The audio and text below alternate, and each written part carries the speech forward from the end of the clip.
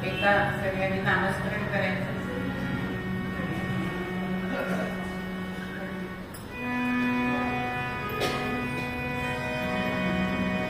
शिव हर रे सांब सदा शिव शिव हर रे शिव हर रे सांब सदा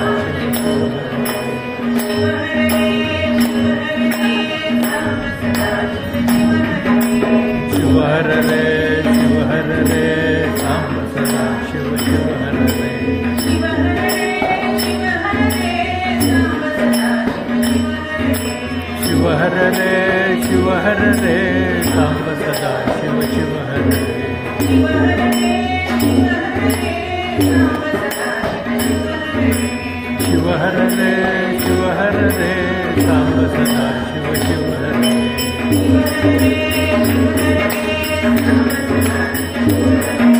शिव हर रे शिव हर रे सांब सदा शिव शिव हर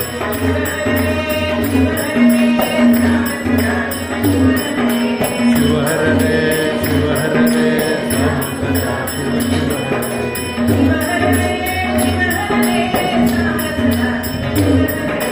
शिव हर रे शिव हर रे सांब सदा शिव शिव हर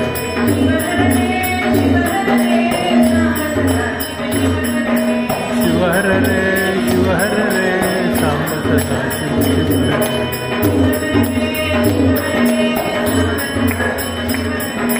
शिव हर रे शिव हर रे सांब सदा शिव शिव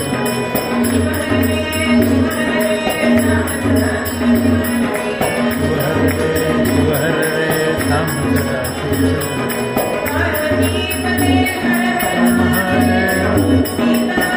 लक्ष्मण जय जय राम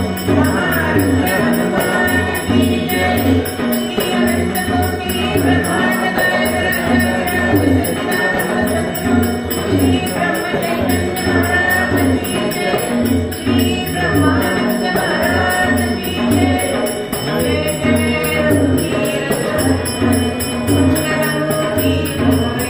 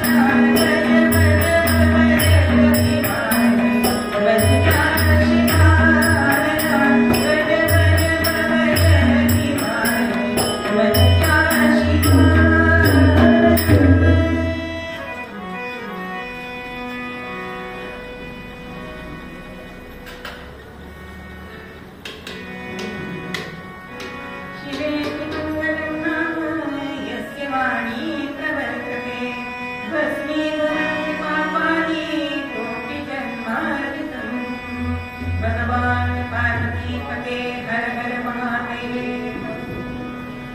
एक गृहस्थ प्रपंचाला कंटाळून एका जलाशयाच्या इथे आला.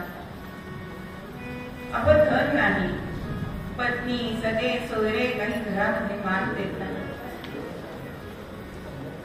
आणि विचार केलाय की हा नरदेह जो आपल्याला मिळालाय तो आपण आता संपवून टाकायचा. ते ग्रहस्थ त्या जलाशयामध्ये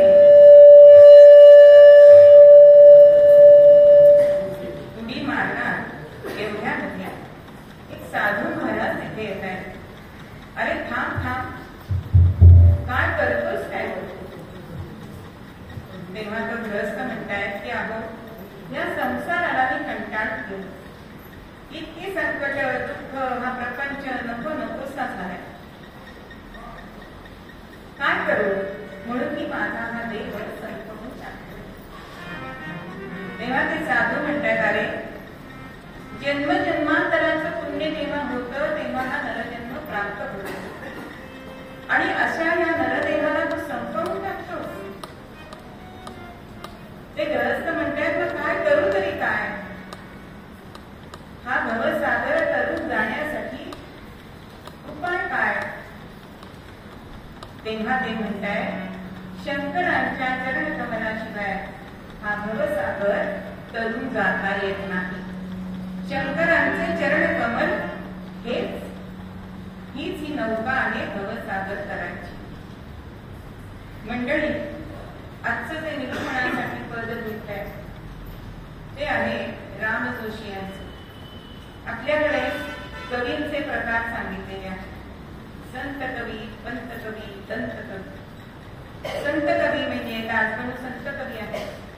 आपले तुकाराम महाराज, एकनाथ महाराज हे सगळे संत कवी आहेत. यांच्या अभंग रचना आजही आपल्याला उपदेश करत असतात. त्यानंतर येतात पंत कवी. पंत कवी म्हणजे मोरोपंत आहेत.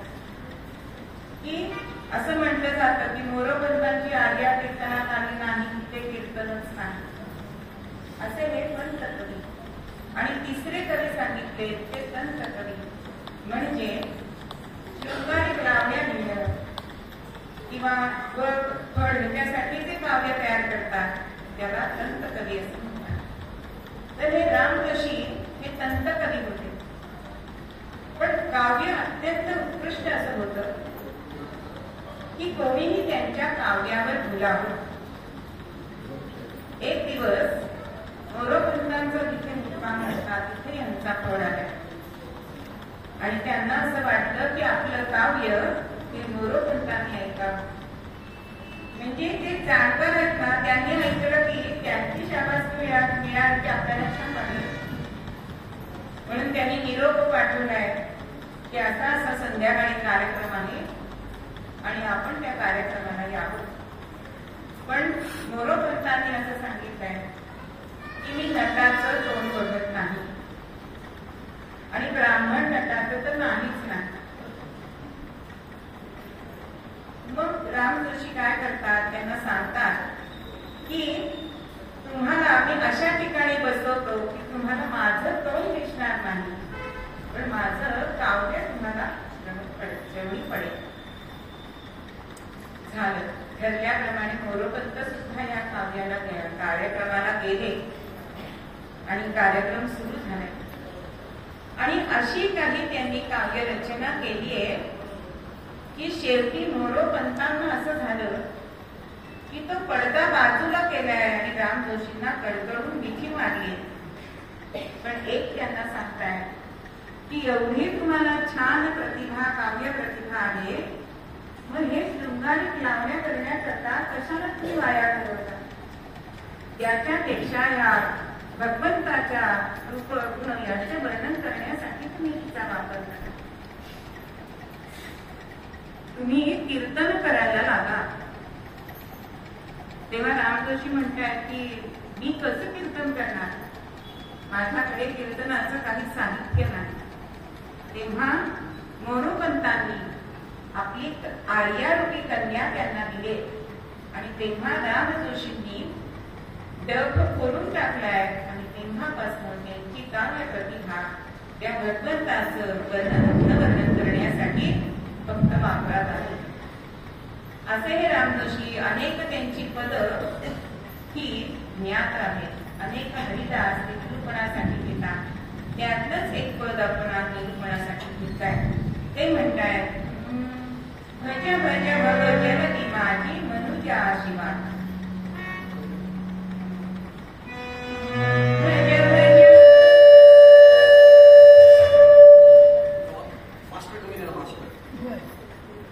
भज भज भव जलती माझी मनुजा शिवा.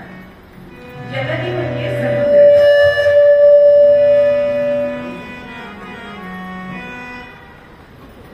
आता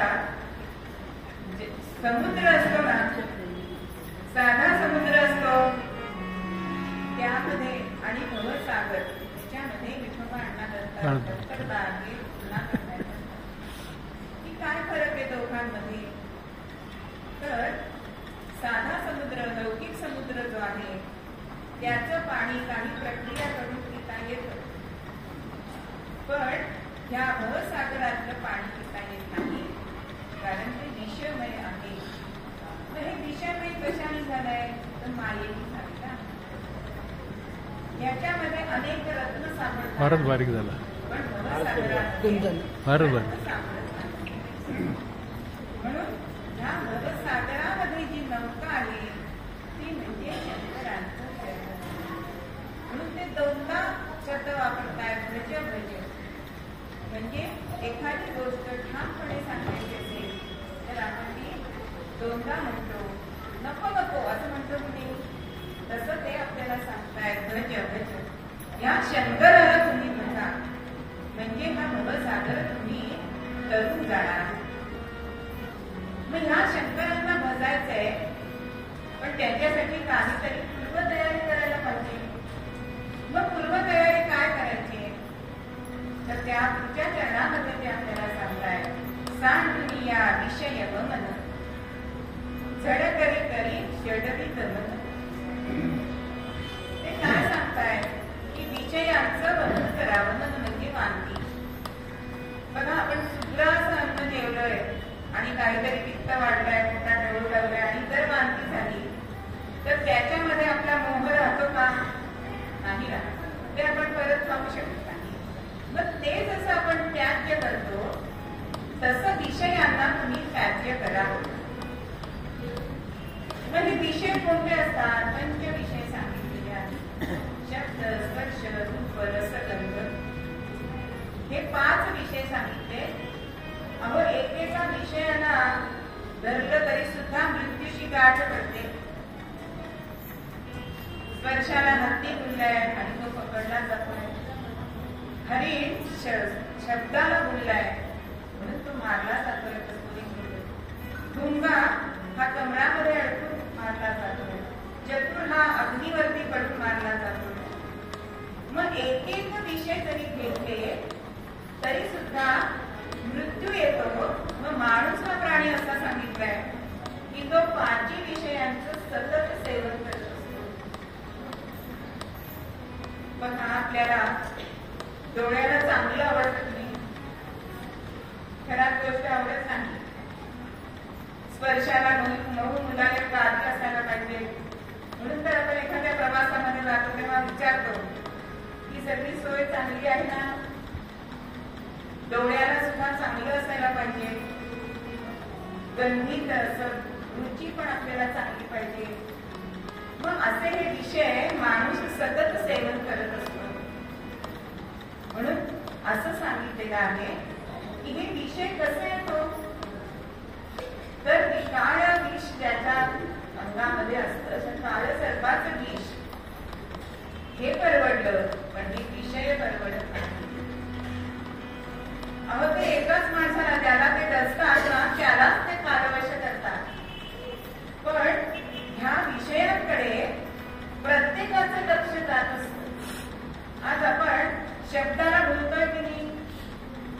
अहो, तो मोबाईल हातात घेतला की मुलांनी ते कानात घातलेलं असतं इयरफोन. आपण बोललेलं ऐकत येतं का, रस्त्याने गाडीवरून जाताना म्हणजे स्वतःच्या जीवाची पर्वा नाही, दुसऱ्याच्या जीवाची पर्वा नाही. इतका तो मोबाईल प्राणप्रिय झालेला आहे. मग असं जर आपण विषयांचं गमन केलं तर आपलं मन हे थोडंफार चांगलं होऊ शकतं. दुसरी गोष्ट त्यांनी सांगितली की झडतरी तरी शरीरी दमन. षड्रिप कुठे सांगितले? काम, क्रोध, लोभ, मोह, मद, मत्सर यांना तुम्ही ताब्यात ठेवा. यांना ताब्यात ठेवलं तर आपण आपल्या मनावर काबू ठेवू शकतो. मग कसं ताब्यात ठेवू शकतो आपण? नाही ठेवू शकत. छोट्याशा मुलाला सुद्धा राग येतो की नाही? एखादी गोष्ट आई नाही केली, हातपाय घालून रस्त्यात डोळ्यात नसतो की नाही, जग पालक त्याला ती आई गोष्ट घेऊन देते विना काही पर्याय नाही म्हणून. मग असा काम, क्रोध, लोभ किती सांगितलंय. शेजारीने एखादी चांगली वस्तू घेतली, दागिना घेतला की आपल्याला लोभ होतो की तो आपल्याकडे ते असावं. मग असे जे षड्रिपू सांगितले ते आपल्या जीवनामध्ये खाण्यासाठी आहे. म्हणून समर्थ सुद्धा एका अभंगात म्हणतात, काम, क्रोध, आवडणे, काम, क्रोध, आवडणे, काम, क्रोध, आवडणे, काम, क्रोध, आवडणे, मद, मत्सर, वारा रे, मद, मत्सर, वारा रे, काम, क्रोध, आवडणे, काम, क्रोध,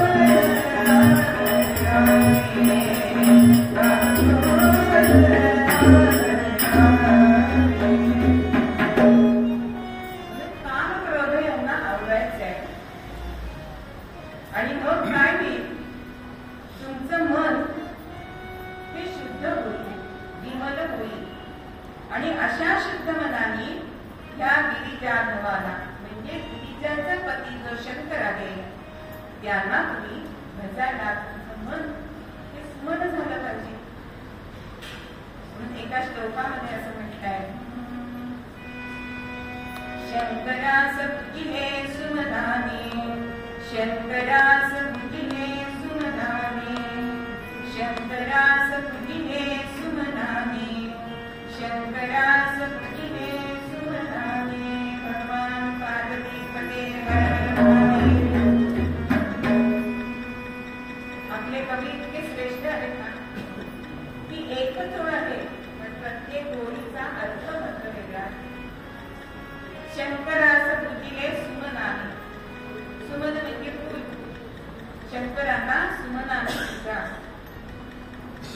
उत्तर प्रदेशामध्ये सुमन हा शब्द गव्हासाठी सुद्धा वापरतात. म्हणून शंकरांचं पूजन हे गव्हाने करा. शंकरास पूजिले सुमनाने, सुमन नावाच्या मुलीने त्याला पूजले. आणि चौथे अर्थ जो आहे ते शंकरास पूजिले सुमनाने म्हणजे आपल्या चांगल्या मनाने आपण शंकराला पूजा.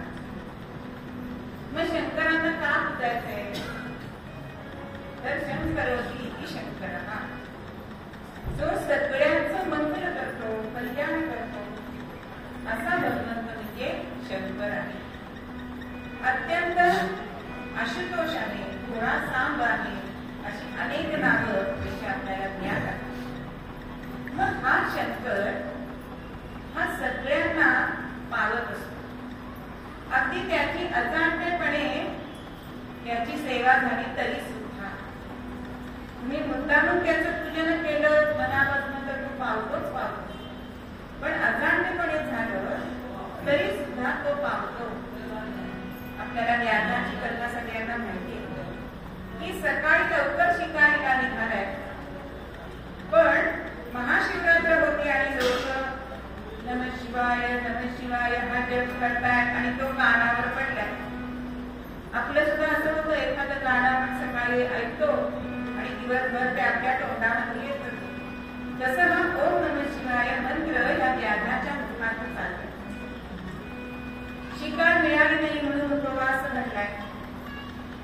शिकार रात्री येईल म्हणून एका झाडावर चढलाय. ते झाड होतं बेलाचं झाड. आता आलेलं सावज दिसायला पाहिजे म्हणून समोरचे आपल्या समोरची पानं तोडून टाकायला सुरुवात केली. आता त्या झाडाखाली होतं शिवलिंग. ती पानं त्या शिवलिंगावर पडतायत. बघा, म्हणजे मनाने न ठरवता त्याच्या हातनं उपवास घडलाय, नामस्मरण घेतलं गेलंय, बिल्वपत्र शिवपिंडीवरती वाहिली गेली आहे आणि तरी सुद्धा शंकर भगवान प्रसन्न झाले की नाही? त्याला साक्षात दर्शन दिलंय. एवढंच नव्हे तर त्याला नक्षत्रामध्ये बसवलंय. मृग नक्षत्र हे त्याचं द्योतक आहे. तसंच एकदा शिव भक्त जे होते त्यांनी शंकरांना विचारलं की तुमच्या पिंडीवर वाहिलेले गहू त्या नारीने चोरून नेले चढत घालून, तरी तुम्ही तिला शिवलोक कसा दिला? तेव्हा शंकर भगवान उत्तर देत आहे की ती जेव्हा माझ्या पिंडीवरती गहू घेण्यासाठी पंख पसरून आले आणि तिच्या पंखांचा मला वारा लागलाय आणि त्या वाऱ्याने मी तिच्यावर प्रसन्न झालो आणि मी तिला शिवलोक दिला. असे इतके लवकर प्रसन्न होणारे, आशुतोष असणारे असे हे शंकर भगवान. म्हणून त्यांचं पूजन करा. ते कसं करा? तर विषय त्यागून, षड्रिपूंवर ताबा मिळवून आणि तुमचं मन शुद्ध करून की त्यांचं तुम्ही पूजन करा. म्हणजे तुमचं कल्याण त्याच्यामध्ये आहे. शंकरांचं एक नाव आहे नीलकंठ. तेव्हा समुद्र मंथन झालं. अहो, सगळे देव समुद्र मंथन कशासाठी करत होते? तर अमृत प्राप्तीसाठी. पण त्यावेळी पहिल्यांदाच हलाहल बाहेर आलंय. ते हलाहल घ्यायचं कुणी? कारण ते हलाहल जर पृथ्वीवर पसरलं असतं तर पृथ्वीचा नाश झाला असता. सगळ्यांनी शंकर भगवानांची प्रार्थना केली आणि ते हलाहल शंकरांनी प्राशन केलं. मग ते शंकरांनी प्राशन केलं आहे, पण ते त्यांच्या कंठातच झालं. त्याला दोन कारण सांगितले की ते घशातून का खाली उतरू शकलं नाही. भगवान शंकरांचं दैवत आहे श्रीराम प्रभू आणि ते त्यांच्या हृदयामध्ये अस्वस्थ होते म्हणून श्रीरामांच्या इथे हलाहल जाऊ शकलं नाही. आणि वरती यायचं म्हटलं तर मुखामध्ये श्रीराम जय राम जय जय राम हा नामस्मरणाचा जप होता आणि त्यामुळे ते कंठातच राहिलं. म्हणून त्यांचा कंठ हा नीलकंठ झाला. आजकाल अनेक शिल्पकार, चित्रकार अख्खा शंकर मिळाला पण फक्त त्यांचा कंठ मिळाला आहे, कारण ते कर्पूर गौर आहे. असे हे भगवान शंकर सगळ्यांवर दया करणारे आहेत.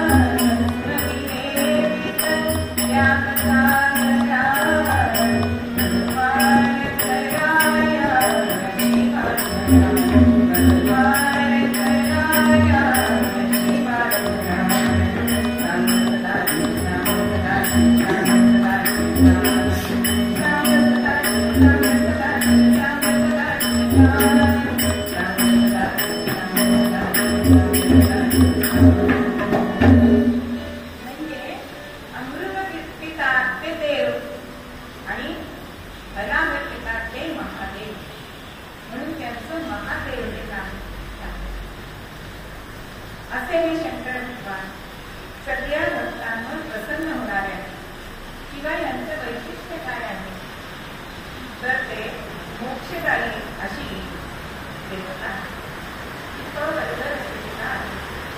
आपल्या मराठी जे वर्णन आहे त्याच्यामध्ये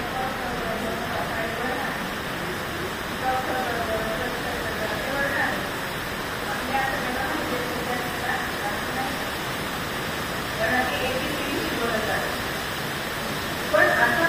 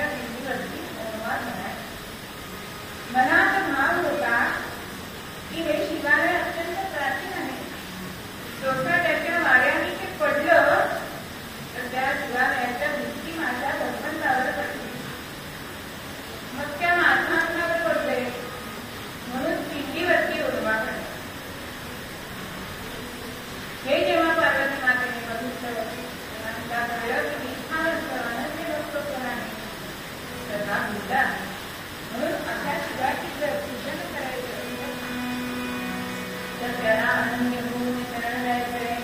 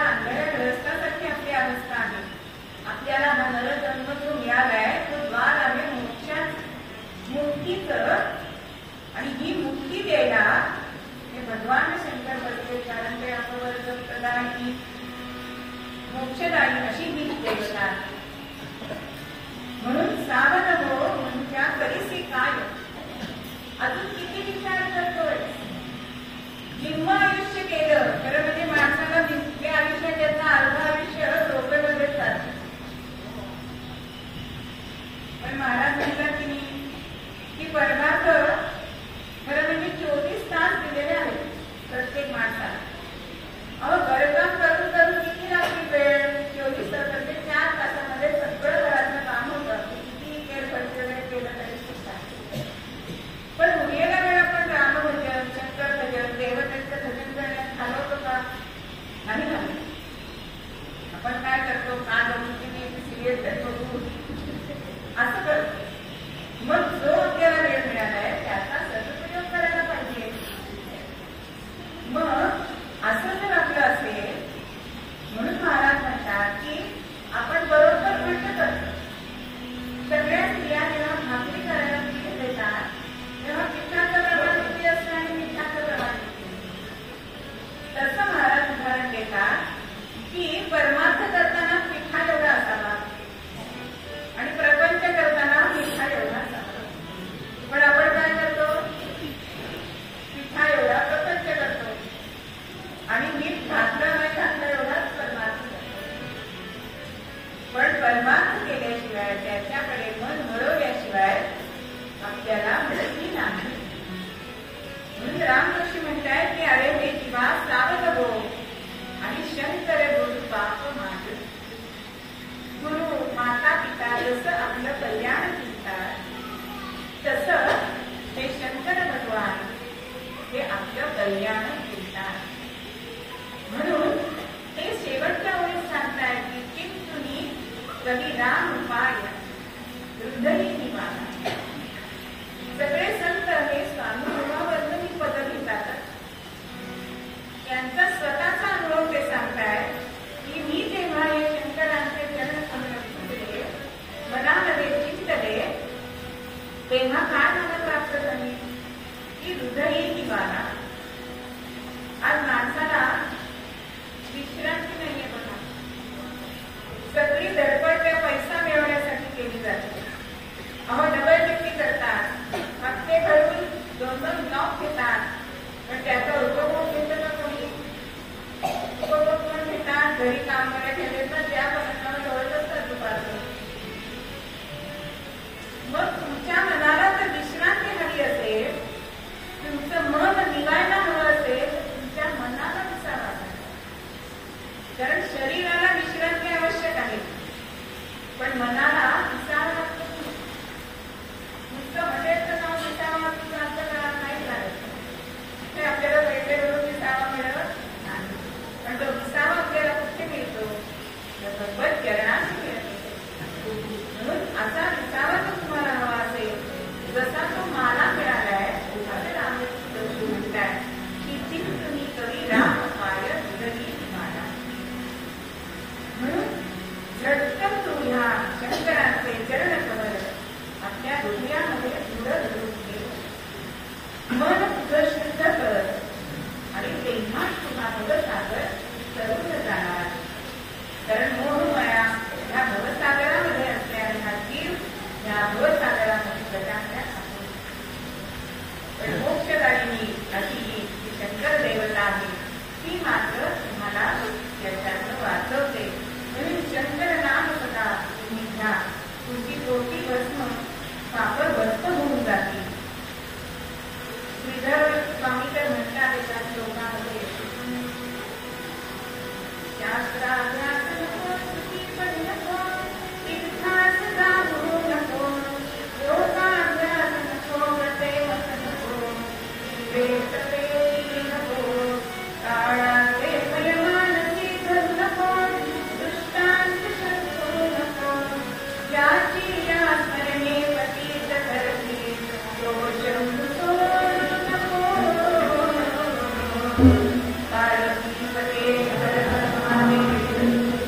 अहो तुम्हाला शास्त्राभ्यास करायला नको, तीर्थाटनाला जायला नको, योगाभ्यास करायला नको, व्रत महत्व यज्ञ याग करायला नको. तुम्ही काय करा? ज्याची या स्मरणे पतीत धरती तो शंभू सोडू. ज्याच्या नुसत्या नामाचा उल्लेख केला तरी सुद्धा जो करून काढून देतो त्या शंभूला सोडू नका. आणि याच्यासाठी मूळ पद्यामध्ये आपल्याला रामकृष्ण सांगतात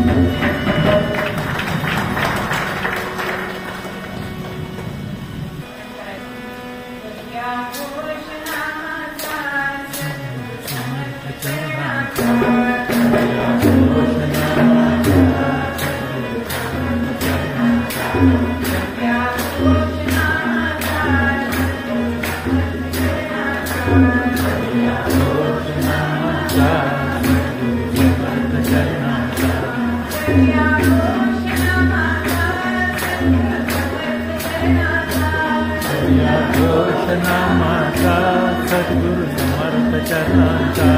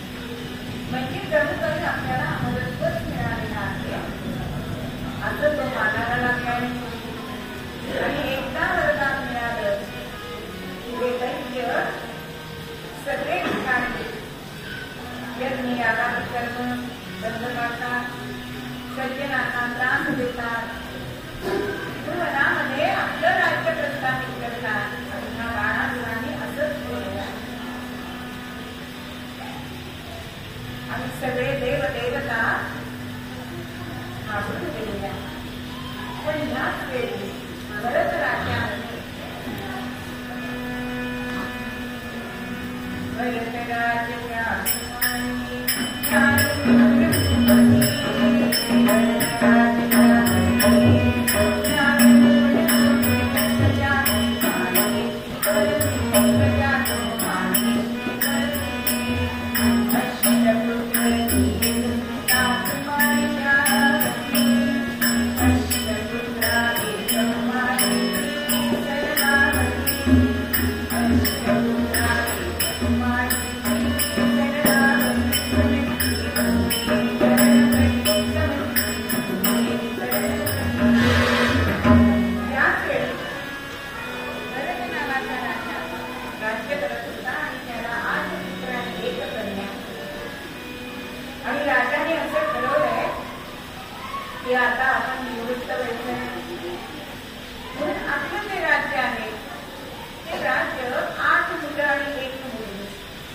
याच्यामध्ये विभागून द्यायचं आहे.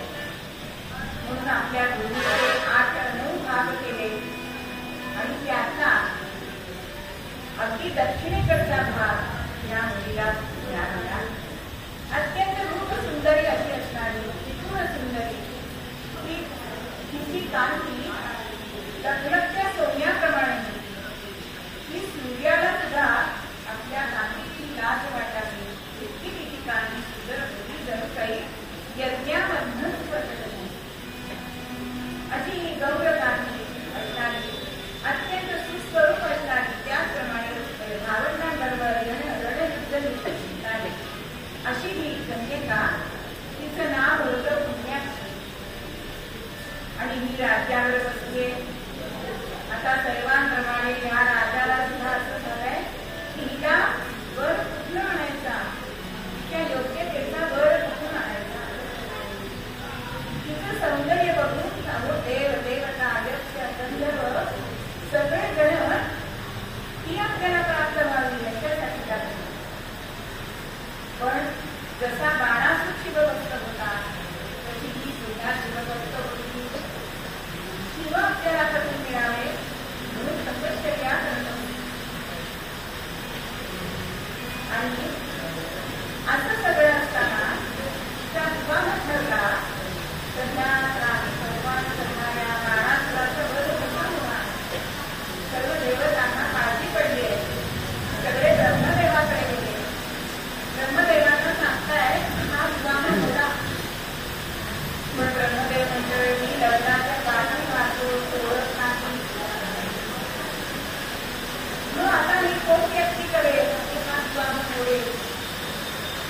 तेव्हा नारद मुनींना पाचारण केले जात आहे. ब्रह्मदेवांचा मुलगा ब्रह्मदेव नारद मुनींना सांगतात की तुला हे काम करायचं आहे. नारद मुनी म्हणतात दरवेळेस खापर माझ्याच डोक्यावर उतरत, यंदा तुम्ही ते काम करा. ब्रह्मदेव म्हणतात मला जमणार नाही. मग विनोदांनी नारद मुनी म्हणतात माझ्या बापाला जे जमत नाही ते मला जमेल का, असं विनोदाचा भाग केला. पण नारद मुनी हे मनाला घेत नाही, कारण ते सर्वविषय नारद होते. सगळ्या जगाचं कल्याण करणारे असे नारद मुनी. आणि त्यांनी देवतांची एक सभा घेतली. त्या सभेमध्ये या कुमारीची जी होती त्या आधी भावांना सुद्धा घेतलंय आणि एक आधीच्या जास्तेमध्ये ज्ञान केलेला. आता नारद मुनी या कुमारीकडे पुण्याक्षीकडे जात आहे आणि म्हणतात अगं तुझं सामर्थ्य तू ओळखत नाही. तू अशा वेगळ्या वेळेची लग्न करणार काहीतरी अट ठेव. तेव्हा ती म्हणजे तुम्ही तर सांगा मी काय करतो. तेव्हा नारद मुनी तिला सल्ला देतात की तू अशी अडचणीत होती मला जो वर आणून त्याच्यानी विवाह देईल. मग कोणत्या गोष्टी की ज्या नारळाला तुम्ही डोळे नाहीये, ज्या पानाला शिरा नाहीये आणि ज्या उसाला प्रेम नाहीये, अशा 3 गोष्टींचं मला आणून दिली. त्याच्यानी ती कल्पना विवाह केला. आणि झालं हा सगळ्यांना निरोप केलेला नाही. ते इच्छुक होते त्यांना. पण एक आत्मीवासी नारदांना कळले की हा वर त्या ब्रह्ममुहूर्तावर सूर्य उगवायच्या आधी जर पोचला तरच विवाह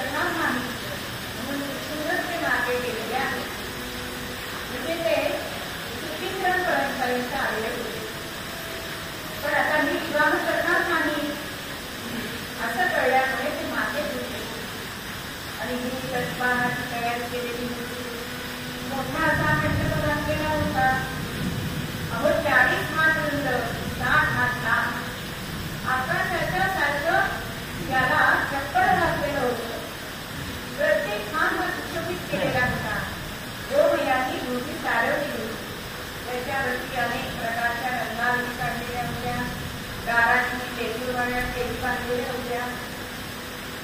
पंचपक्वान्नाचा स्वयंपाक केलेला होता. मध्ये वेळूचं बोगलं बांधलेलं होतं. आणि बरं मला घेऊन ही वाट बघते, पण घर आला नाही. आणि मी अत्यंत क्रोधायमान झाले. हल्लीच्या नायिका आपण बघतो की मनाविरुद्ध झालं जे हातात असेल ते फेकून देतात, त्या चादरी ओढतात, आडपे फोडतात. तसंच या कुमारीने तो सगळा सिद्ध झालेला स्वयंपाक होता तो त्या वाळूवरती सांडला गेलाय, जमिनीवरती सांडला गेलाय. आणि म्हणून आजही तिची रेखी ही रंगीत आहे बरं का. कारण चटणी होती त्याचा रंग हिरवा झालाय, भिंती होती त्या कड्यांचा रंग केशरी झालाय, माताच्या रंगाचा पांढरा झालाय. अशी रंगीत वाळू आपल्याला आजही दिसते. आणि ही जेव्हा माता या बाणासुराला त्याच्या वृत्तांतकरणे कळले की अशी अति सुंदर कुमारी पण तिचा बळ लग्नाला आलेला नाहीये, तेव्हा तुमचा रस्ता मोकळा आहे असं वृत्त सांगताय. आणि हा बाणासुर तिथे जातोय, तिला विनवणी करतोय की तू माझी हो. तेव्हा ती सांगते की जो मला युद्धामध्ये हरवे त्याच्याशी स्वागत. आता हा बाणासुर तिच्या रूपाला इतका मोहित झाला हो की विष्णून गेलाय, कुमारीकडनं आपल्याला मृत्यू आहे.